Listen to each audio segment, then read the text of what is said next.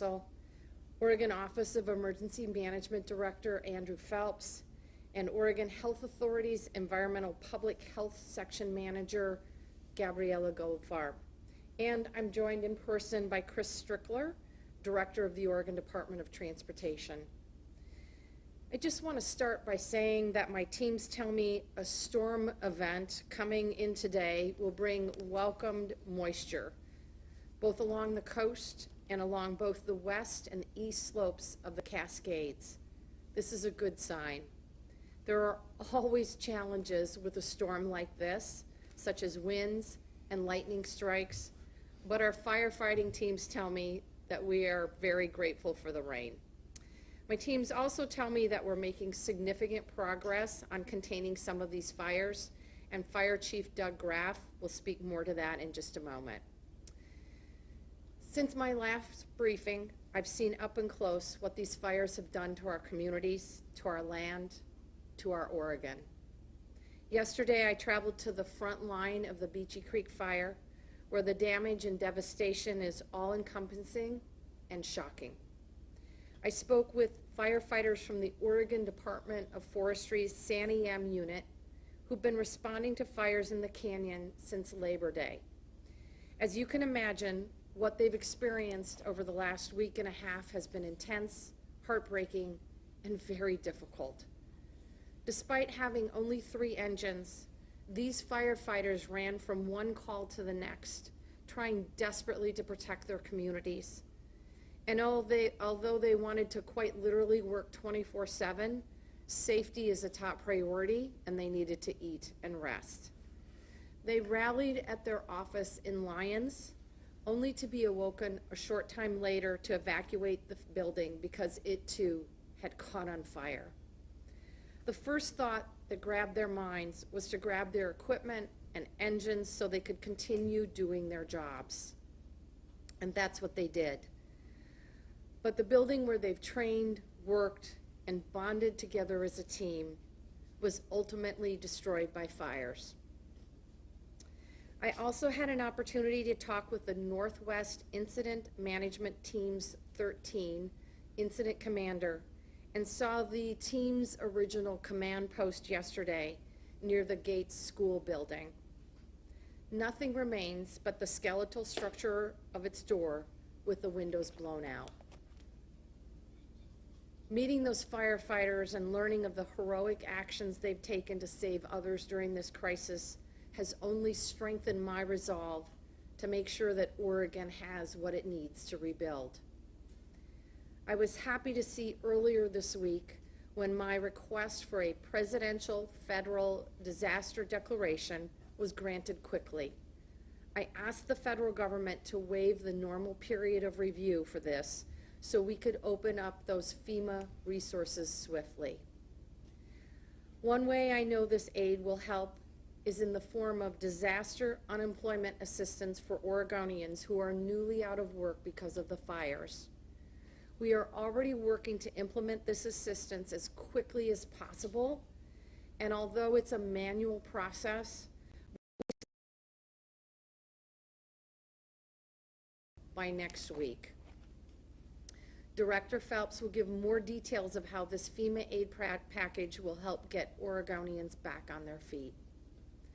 Our small business Navigator hotline, which we set up a few months ago to help our businesses deal with the impacts of COVID-19, is now also equipped to answer questions about wildfire resources for businesses. They are available to help our small businesses navigate issues like accessing insurance, how to set up structural assessments of their businesses, SBA loans, and more. Folks can learn more at wildfire.oregon.gov or by calling 833-604-0880. I know that we have a really long road ahead, but time and time again, I am certainly in awe of the dedicated and brave people who have been doing anything and everything it takes to help their fellow Oregonians. To our firefighters, first responders, National Guard members, public servants, And to Oregonians who are helping their neighbors out during these difficult times, thank you. I want to add that in talking with the incident management team yesterday, they all went out of their way to say that the real heroes of the Beachy Creek fire in terms of protecting lives and saving structures were the local community members. The majority of them volunteers who worked tirelessly to save their communities. Even amid the shockingly quick devastation that occurred last week, I heard loud and clear that at no point did their spirits falter. In fact, it is this spirit that persists among our first responders, volunteers, and so many Oregonians that continue to work on the fires, continue to care for evacuees, and continue to rebuild our state. With that, I'll turn it over to our Fire Chief, Doug Graff.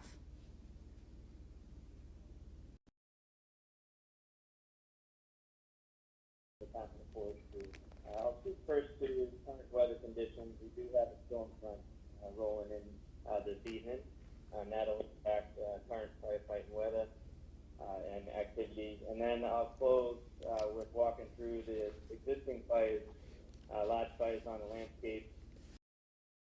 Off the map, we've made some great progress. So I would want to start with the fire briefing relative to where we stand across the landscape with the ones that are off the map, and I think that's important to recognize the progress we've made. So to begin, weather conditions, storm front is coming in this evening. We're expecting widespread moisture with this storm, so this is good news for Oregon, good news across the fire front, and typically during this time of year, we'll see storm fronts come from the southwest, and a lot of the moisture is captured on the coast range. This particular one is more of a southerly flow. So interestingly enough, a good portion of the moisture will be falling on the west slope of the Cascade.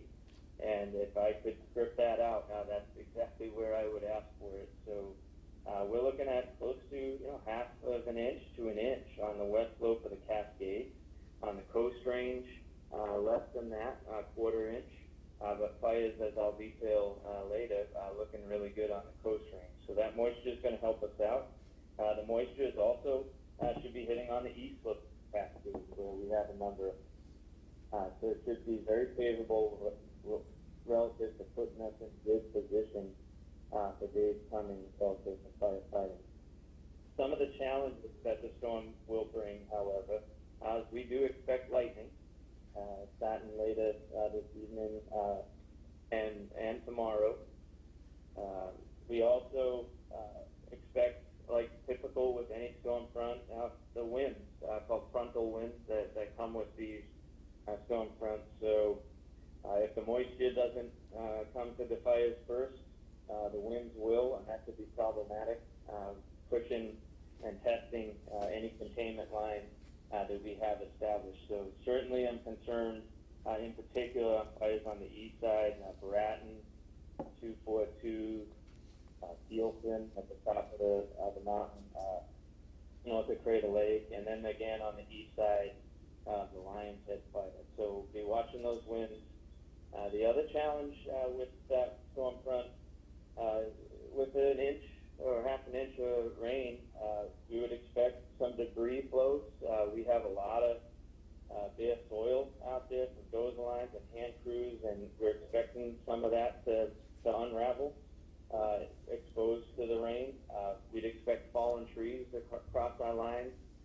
So it'll take some more work to repair control lines after this storm.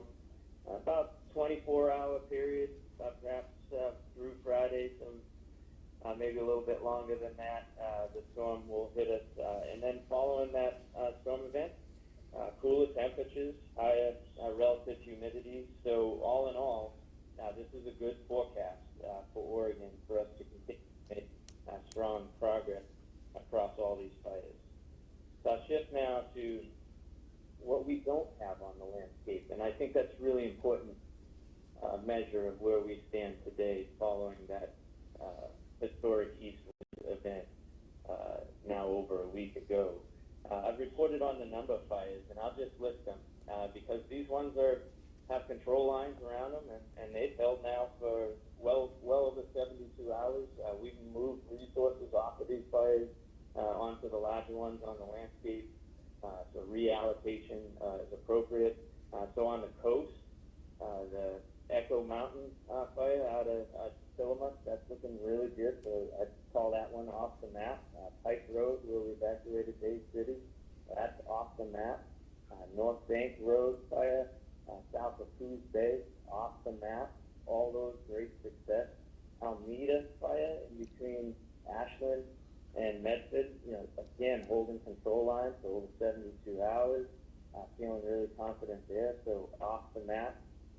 Then in and around Portland, to the west, we had the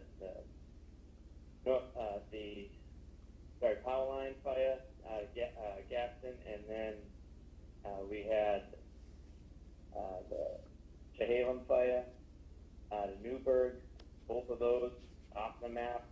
To the east of Portland and Clackamas County, North Cascade Complex, that around 2,000 acres. That was a number of about 5 fires, 100% line, once again, held for 72 hours. These are off the map. So now we can focus on the remaining 10 large fires on the landscape, and I'll detail these as we walk around the state. And the first grouping of fires is east of Clackamas County, Marion County. We know these well now, so this is the fire that the governor detailed. It's sitting at 190,000 acres, 20%. That's an outstanding number, 20% containment there. Lion's Head by 190,000 acres, 10% contained, and then the Riverside by 137 acres at 6% contained. Combined, these fires are over 500,000 acres of burned on the landscape. What we've done to date with the opportunities with weather in our recent past, we've got control lines from east to Estacada running east up the mountain on the north side of the Riverside fire, and then we've connected Estacada to Lyons. That's over 120 miles of control lines established between those towns. From Lyons east, so the southern half of BC and Lyons Head, established control lines up and around the crest of the Cascades into Warm Springs. We'll continue to wrap that fire all the way back to the crest. That stretch is, close to 150 miles of control lines. There's still some tightening up of those control lines that need to happen deep and canyons where we're connecting those lines with hand crews. We've got the resources pouring in from the nation that assists with these, and that is an absolute incredible amount of work in just a short time. Really proud of the folks on the line for what they've been able to accomplish there. Moving south to the Holiday Farm fire, that's 170,000 acres, 10% contained. We have 260 miles of line just on that fire alone to establish. And we're using existing road systems where available, heavy equipment, and tying in those lines with hand lines in the steep canyons. Apache Creek fire, just to the south at 130,000 acres, very similar in size, tremendous amount of work, but 20% containment on that fire. So again, outstanding work, taking advantage of the opportunities. Continuing to the south, an area I'm concerned with is Steelton fire. This is north of Crater Lake. It sits at 8,600 at 1% contained. This is tougher ground to access, mostly hand crew work. So the team's in there doing good work. That's been hitting, the winds are hitting that up in the high country. So we're going to continue to move resources to that fire as needed.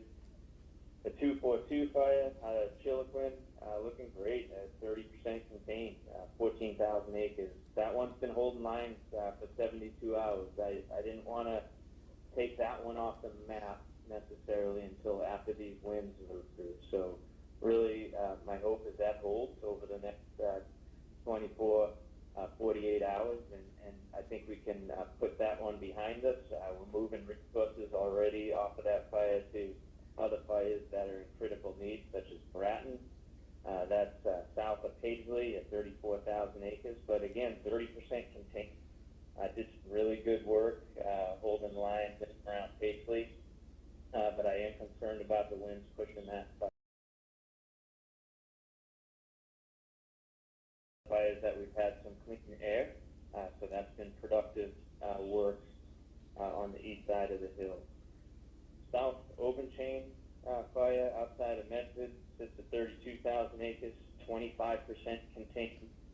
Again, impressive. So a lot of attention relative to focusing on resources there to hold those lines. We did wrap control lines around that fire a couple days ago. So beginning to gain some confidence relative to holding that fire. This moisture, that's one of those fires that's going to benefit greatly from the forecast. The other one that will benefit greatly from the weather forecast is Slater fire. This fire pushed up into the Illinois Valley, southwest of Medford. This is California.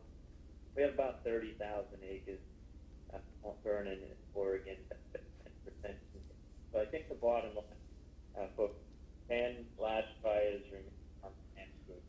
We've taken 7 of them off our plates and reallocated critical resources to the right place. I could not be prouder than what we've done in this short amount of time, and teamwork is absolutely extraordinary, and you'll hear from some other partners here in this end of report now. Thank you, Chief Graff. Fire Marshal Mariano Ruiz Temple, are you available? I am. Thank you, Governor. And I would echo my colleague, Chief Graff, and he provided a very good update on the state of the state. In terms of the Oregon Fire Service, I would just mention that the fires are in a position where we feel comfortable in returning back to their districts the fire protection. And so over the course of the weekend, you could expect to see the Office of State Fire Marshal Mutual Aid Resources demobilizing off of the Holiday Farm Fire, the Bratton Fire, and the Archie Fire. And that really puts us in a good place on those fires that we feel that the local mutual aid, the local counties have what's necessary in terms of where those fires are currently on the landscape. Good containment work there. The one fire that we continue to have our Oregon Fire Mutual Aid resources on is going to be the Slater. We do expect that it will receive some rain, as Chief Graff indicated, but that really is, in terms of structural protection, our primary focus.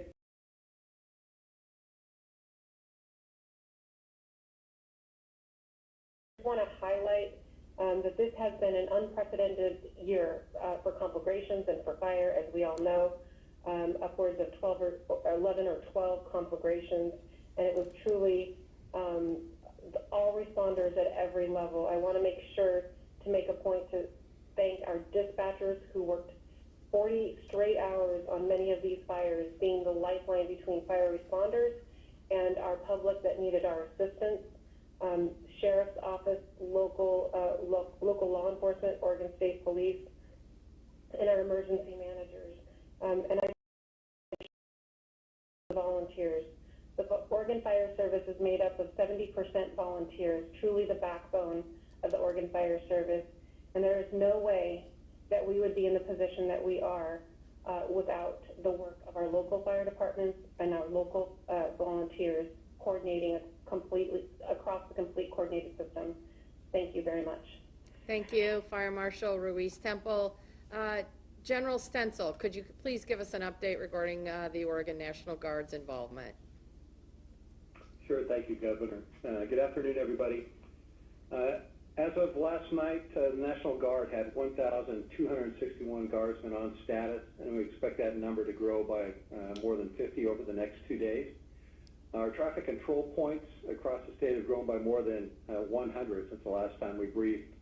Right now we have approximately 336 service members manning 63 traffic control points across 7 counties. We expect to be standing up 10 more traffic control points today in Lake County as well. On the aviation front, we continue to have 2 HA-60 Blackhawks in support of the Britttown fire down in Lakeview. We're transferring 2 more aircraft, one out of Aurora and one out of Hillsborough, to support that effort as well. That will leave 1 HH-60 remaining in Aurora, awaiting mission assignment once the weather lifts for the Northwest. With regard to ground firefighting support, our 3 teams on the 242, Echo Mountain and Archie Creek fires continue to do great work. Ongoing repositioning discussions with ODF as they continue to make progress, as Mr. Graff mentioned earlier this morning. So we may see them moving over the next few days. Altogether, we've got 625 folks, more than 625 actually, engaged in this effort. Our folks in National Guard Response Task Force 4 and 5 started training down at Camp Riley on the Oregon coast the other day. They're doing that on federal dollars that were supported by Senator Merkley, and they're on schedule to depart for fires on September 22nd on state active duty, and it's yet to be determined where they're going to be located. Lastly, our 12-person fatality search and recovery team continues to assist with mortuary affairs down in Albany. But on the good news side, they're looking to stand down here on 23 September. And that concludes my report. Thank you, General Stenzel, and I also want to give a shout out. I know that a number of our National Guardsmen and women have volunteered for this effort and have left their places of employment. Really appreciate their employers allowing them to serve their state in such a critical way at such an essential time for our state. So thank you to our employers. Director Phelps. Thank you, Governor. I want to begin by thanking, as has been done previously, but it just can't be said enough, the frontline workers who are continuing to battle these fires, support mass care, sheltering and feeding operations, our federal partners, our local partners, our 911 operators, and especially our firefighters. I'm absolutely humbled and inspired by the work they're doing within their communities and throughout the state. We're lucky here in Oregon to have those folks watching out for us. I do want to remind folks that this continues to be a life safety operation. Remind Oregonians to heed evacuation notices. We still have thousands of Oregonians under some level of evacuation notice. Many have still not been able to return to their homes. If you live in a place that's been evacuated or under level 3 evacuation notice, stay away. We've seen many reports. We know that we've got some severe weather headed into those burn areas later today and tomorrow, which could create additional hazardous conditions. Wherever you are in Oregon, make sure you're weather aware. Weather Service forecast offices throughout the state have forecasted flash flood watches for many areas. So please be cognizant of that, stay alert, and stay informed. I want to touch right now on the fatality number that's been confirmed by the Oregon State Medical Examiner's Office. That number remains at 8. We will be very intentional and deliberate with releasing new fatality numbers. This is a slow process. There are thousands and thousands searched. We want to make sure that we're as deliberate as possible to bring closure to Oregonians who lost their homes or lost loved ones. We still have fire in many of the areas where we've lost homes, and responder safety is of paramount concern to us. We're continuing to build that statewide picture and leverage multiple sources and integrate. This includes structures that have been lost, those who've been reported missing or unaccounted for, and fatalities. We have multiple organizations doing boots on the ground work to conduct those search and rescue operations. I certainly want to acknowledge the federal role with the urban search and rescue teams and the work that local search and rescue teams are doing to assist with those search efforts. Again, we want to ensure that every Oregonian who is impacted by this disaster that experienced loss can also experience closure.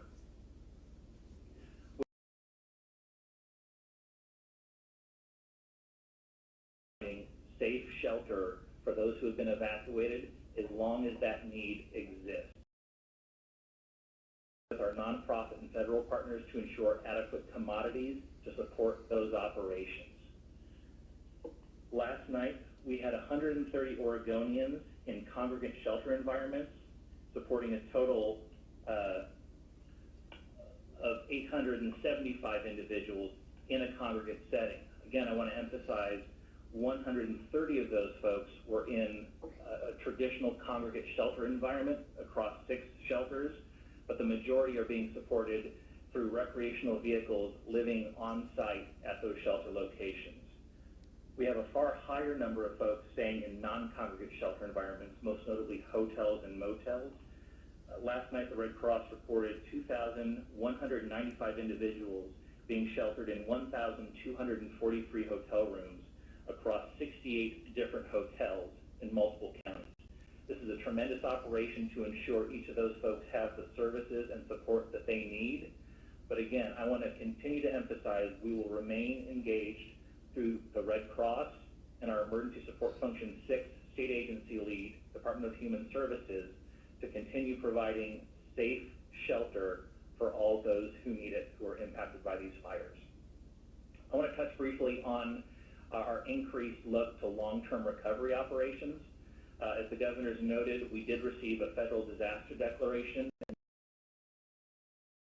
not just to governments who suffered losses to infrastructure, but also to individuals who are impacted. I want to focus specifically on individual assistance.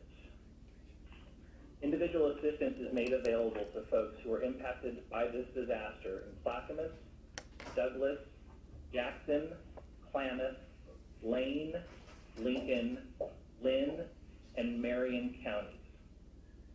We want to encourage folks to register for individual assistance and apply for those benefits through the FEMA assistance program. You can visit www.disasterassistance.gov, or you can call 1-800-621-3362 to access recovery services and support. We want to ensure equity and appropriate access for all Oregonians who are impacted by this disaster.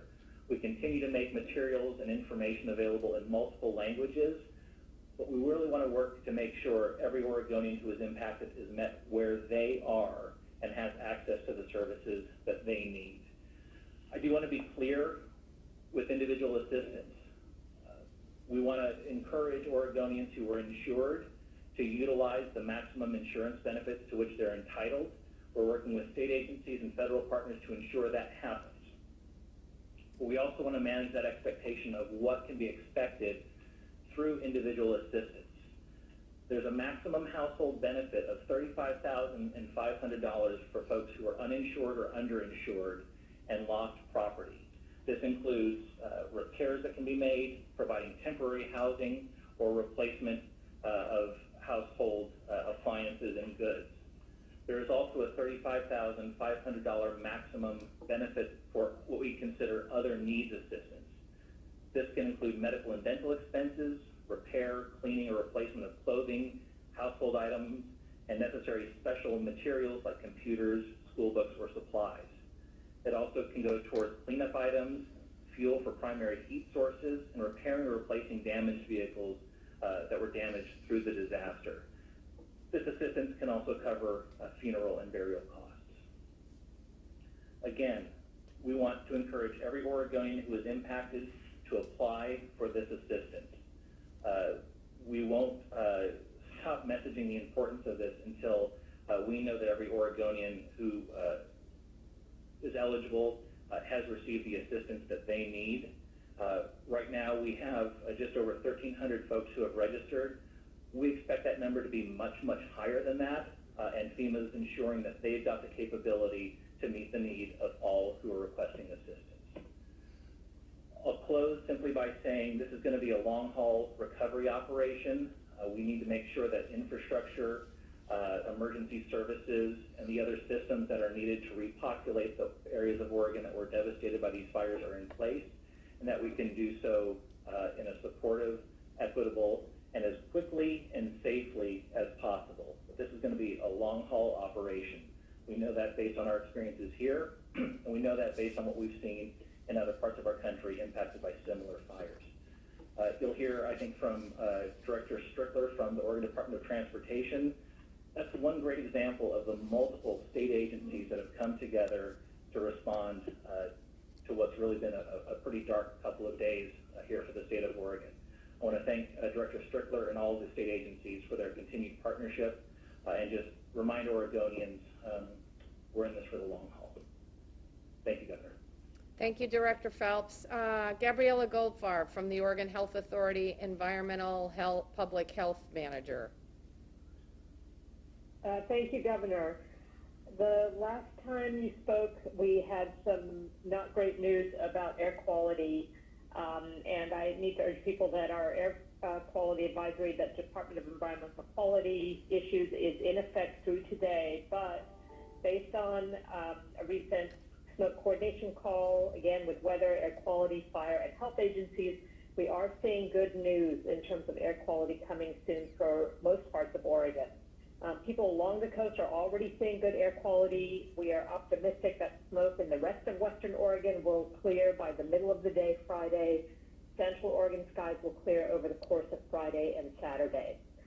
That might not be the case near active Oregon fires or places in southern Oregon impacted by smoke from California fires, and particularly the Slater fire that Chief Graff is talking about, for example.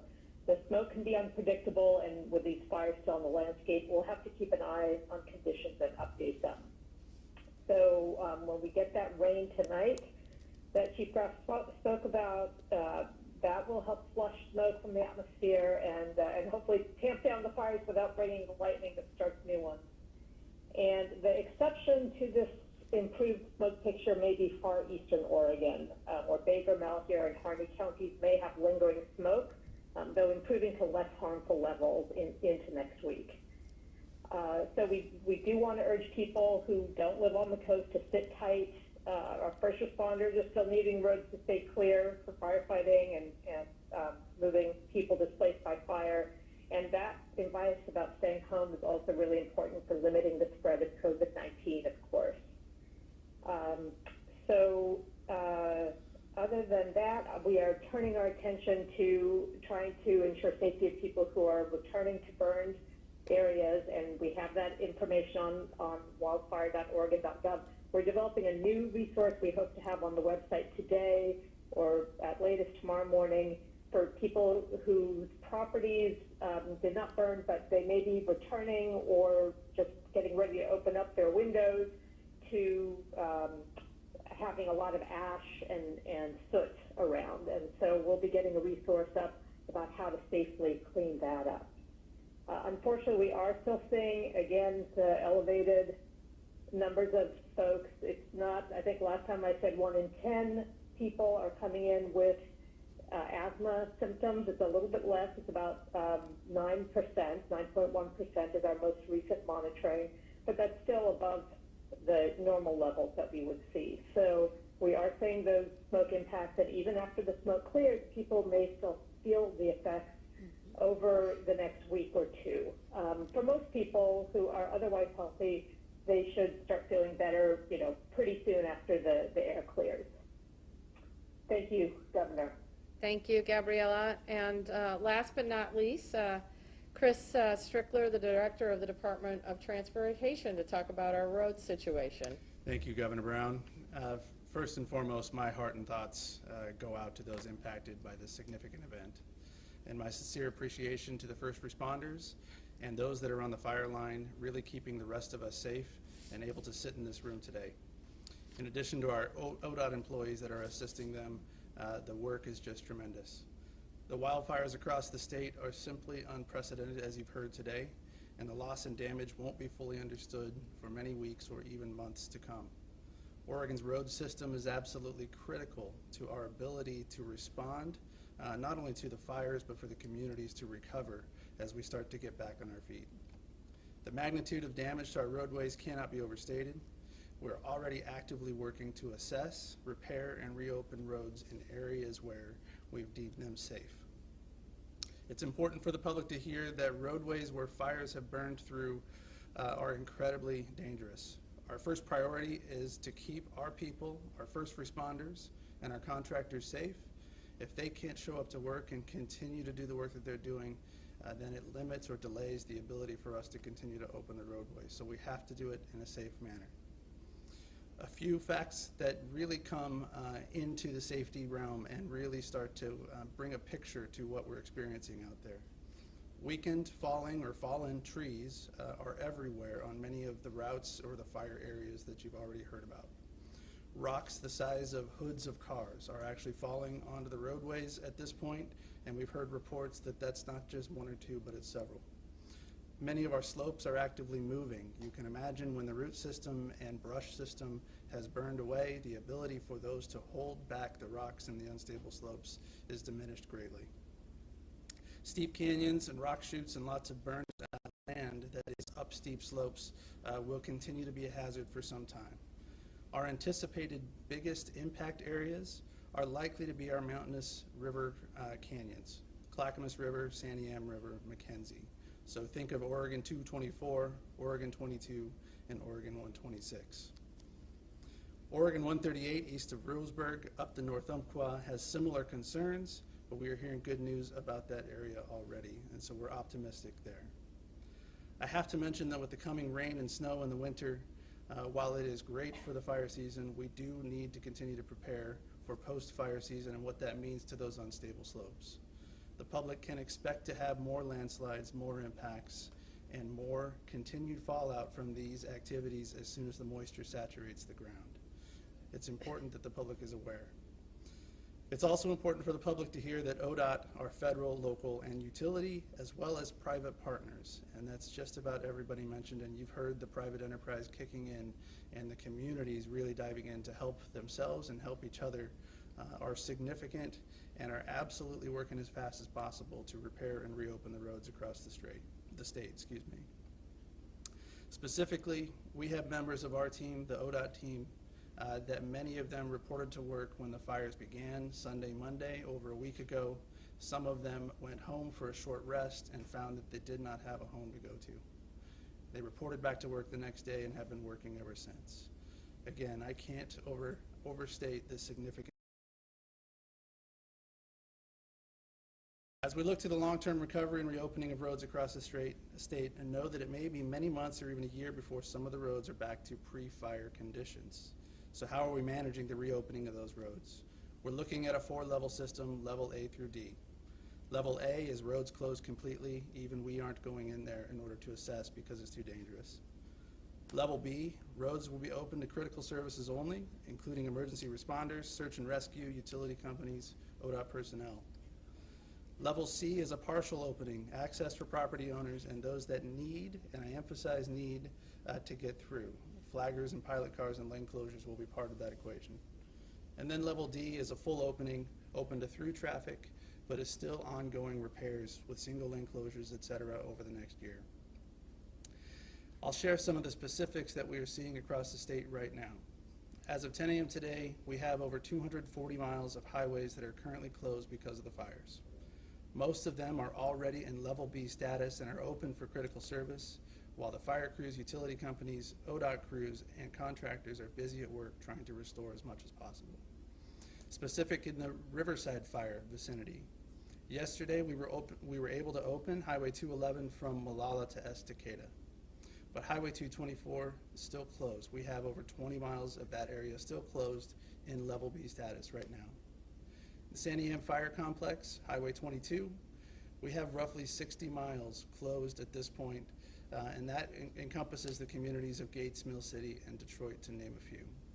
Our hope is over the next few days to possibly get to level C access for some of the area on 22, and that would be for the communities of Gates and Mill City. We do not anticipate that coming anytime soon for the community of Detroit and beyond to the east. The Holiday Farm Fire location, Highway 126, we have 30 miles of that section closed. Our crews and contractors are on the ground at this point. Right now, removing hazards to get the road partially open for those communities that need to get back in and get us to level C, but we are not at that point yet. The fires east of Roseburg, the two fires have Highway 138 closed for 50 miles starting at milepost 23. We continue to make good progress in this area and expect to see partial openings, hopefully even this week, but again, they'll only be open if we can do so safely. Those are just a few of the highlights, and there are other wildfire impacts in other places of the state and road closures that are going to be changing daily. We encourage you to check TripCheck for the latest information. That is tripcheck.com, and we also have additional resources there that explain what's going on in each of the canyons that I just mentioned. In closing, I ask for your patience as we continue to work through and get these routes open as soon as we can. I want to reemphasize that if you don't have a need to be there, please don't. The safety of your fellow Oregonians depends on that. We will get them open just as quickly as possible, and we have a commitment to continue to communicate, especially through our web resource, so that you have up-to-date information. Thank you. Thank you, Director Strickler. Charles, I think we're ready for questions at this point. Our first question is from Wright Gazaway with K2. Go ahead, Wright. Thank you very much. My questions are for the state fire marshal. Yesterday, they said in Clackamas County the plan was to demobilize those units over there on the smaller fires. If you could just confirm that that did happen, and then the second part is make sure people understand that that doesn't mean no firefighters will be out there. Yes, great question. Thank you. My understanding is that we are demobilizing off the Cascades or North Cascades complex. That should be done by the end of the day. I could seek more clarification, but last I heard that was our plan for the day. What essentially that means is the Office of State Fire Marshal does not have fire engines or firefighters that work for our office, but what we do administer is the Oregon Fire Mutual Aid System that is essentially made up of the Oregon Fire Service. And so when counties need additional assistance above and beyond what they have locally, they do request assistance through the Fire Mutual Aid System. And when we demobilize off of fire, what it essentially means is that that local county fire defense board chief, that he or she feels that she has enough response, or that they have enough resources left to take on back any of their fire response needs. So it's a conversation locally with the local fire chief, with that fire defense board chief, making that decision that they feel comfortable enough to release resources and that they will take on those duties. Okay, thank you so much. Thanks, Wright. Our next question is from Katie Strike with KOBI. Go ahead, Katie. This is a two-part question for Andrew Phelps. When will the state have a physical presence in Jackson County? And then when will the state lay out what its emergency housing plan is? Thanks for that question, Katie. So the state already is very active. Down south in Jackson County, we've had liaisons deployed to the county emergency coordination center or emergency operations center with the county. We also have a large federal presence conducting the search and rescue mission in the areas of the Alameda Drive fire. As far as the state's housing recovery strategy, per the state's disaster recovery plan, we are convening the Disaster Housing Task Force, which will be a joint operation with FEMA, with my office, and with Oregon Housing and Community Services to look at those intermediate and long-term housing needs. And we'll provide much more details on that once we get past this immediate mass care shelter operation. When is like the layout for the distribution for the FEMA aid that Oregon's received, the federal aid? So there's a couple of different categories of FEMA aid that's come to Oregon, three categories really. There's that direct federal assistance, and those are the actual individuals and people that you see working on the ground doing the search and rescue mission, through the Army Corps of Engineers assisting with debris removal planning. The second category of aid is public assistance, and those are dollars earmarked for the state and local governments and tribal governments that were impacted to repair and replace damaged infrastructure, roadways, communications infrastructure, bridges, etc. The third piece is that individual assistance program, and that's really where I need everyone's help, encouraging Oregonians to apply for that assistance. There are programs that can make funding and other assistance to meet immediate needs available now for folks to apply for. We just need to get them into the system and start working through that process. We would expect that we'll be incurring costs and working through reimbursements for years. This is going to be a very complicated, long-term recovery operation, and it's not going to move, I don't think, as quickly as any of us would like it to, but we need to ensure we're being deliberate about how we're leveraging those federal dollars, ensuring we're rebuilding back the right way, and building back in a way that makes us less susceptible to these types of disasters in the future. Awesome, thank you. Thanks, Katie. Our next question is from Sarah Klein with the Associated Press. Go ahead, Sarah. Hi, yes. I know there have been high hopes for the incoming rain, but you guys also expressed some very serious concerns, including lightning, which originally ignited some of the fires on the West Coast, and strong winds if they arrive before the rain. So with that said, I'm wondering how critical is the weather in the next 24, 48 hours, and is it possible that the fires could get worse instead of better with this weather? Chief Graff, do you want to take that one? I will, Sarah. Thanks for the question. Absolutely, and that's why I stressed that on the front end. For the next 24 hours, I'm expecting some challenges with the weather. The storm front does bring favorable moisture. However, there are some downsides, and that's those winds. And it depends on how those winds land. If it comes in front of that storm front before the rains hit us, then it's going to push containment lines where we have them established. And I highlighted a few of those fires that concerns me, particularly Bratton, Thielson up in the high country, Bratton out of Paisley, and then the east side of Lions Head, where we've got where those are exposed. Deeper into the canyon, further north on the west slope of the Cascades, feeling a little bit more confident. But the reality is those winds certainly could push fires and will challenge us. Hopefully those rains come abruptly after those winds to really put a cap on any significant fire behavior. Thank you. Thanks, Sarah. Our next question goes to Peter Wong with the Portland Tribune. Go ahead, Peter. Hi, this question's for the governor. Monday you referenced Senate Bill 1536, which died with the 2020 regular legislative session.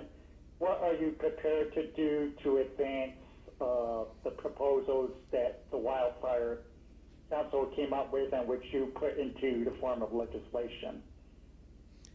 Thank you, Peter. Given the focus around saving lives and search and rescue operations and making sure that firefighters in the field have adequate team members, people power, and resources, we're focused there right now.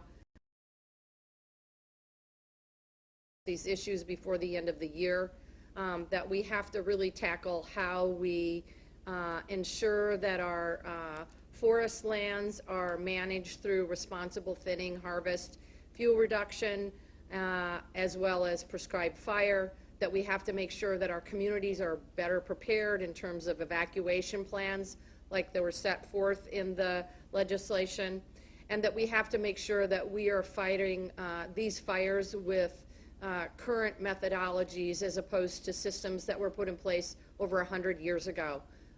Both the intensity, the temperature, the frequency, and the length of the fire season have substantially changed in the last several decades. Oregon needs to update our firefighting strategies to meet those new challenges. Thank you. Thanks, Peter. Our next question comes from Blake Allen with KTVZ. Go ahead, Blake. Yeah, this question's for the governor. I've listened to the concerns of the Oregon Construction Contractors Board. From the state level, what measures are being taken to protect homeowners from scammers as, there's worries they might come in and look to take advantage of those looking to rebuild their homes? That is a really great question. I am asking the Attorney General to focus her efforts as we move into recovery around preventing scams and price gouging. I will tell you that I had to sign a price gouging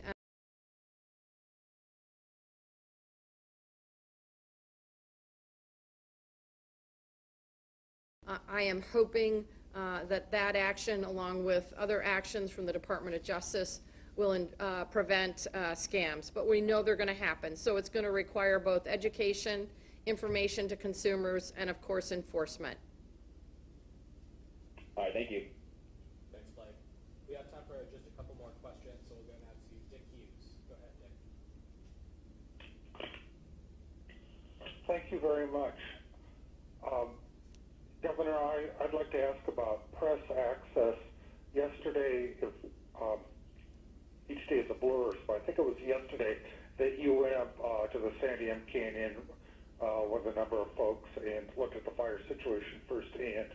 I was curious whether there were any press who were invited to go along, and if not, why not? I certainly wouldn't expect all Oregon press, including me, to be invited.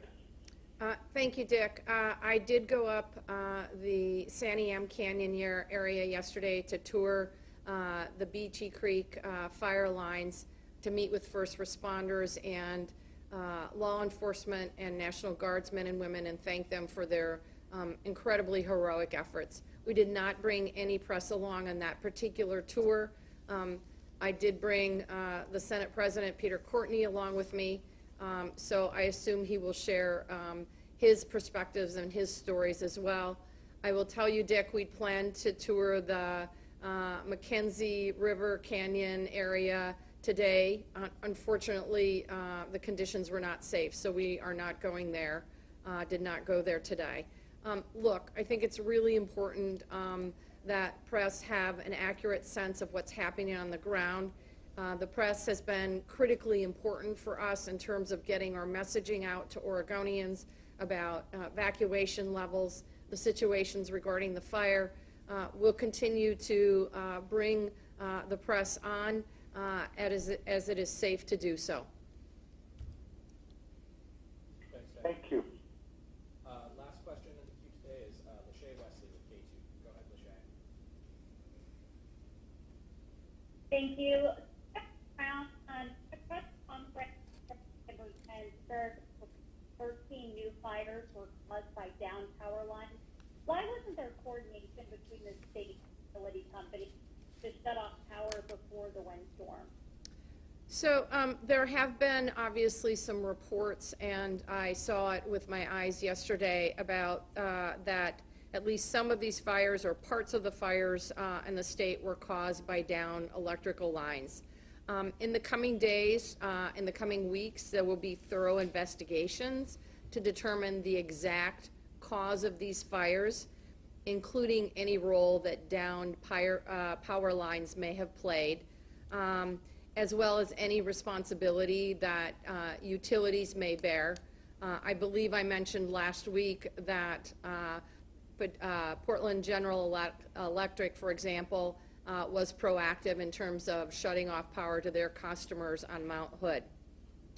There are going to be roles for the Public Utility Commission and the legislature in ensuring that we have sufficient fire safety policies in place in the future to evaluate the changing risks for both investor and consumer-owned utilities. And I expect the legislature to be examining those issues in the months and weeks ahead. Thanks, Lachey. Thank you. Those are all the questions we have today. All right. Thank you. Thank you, Charles. Thanks, everybody. Be safe out there.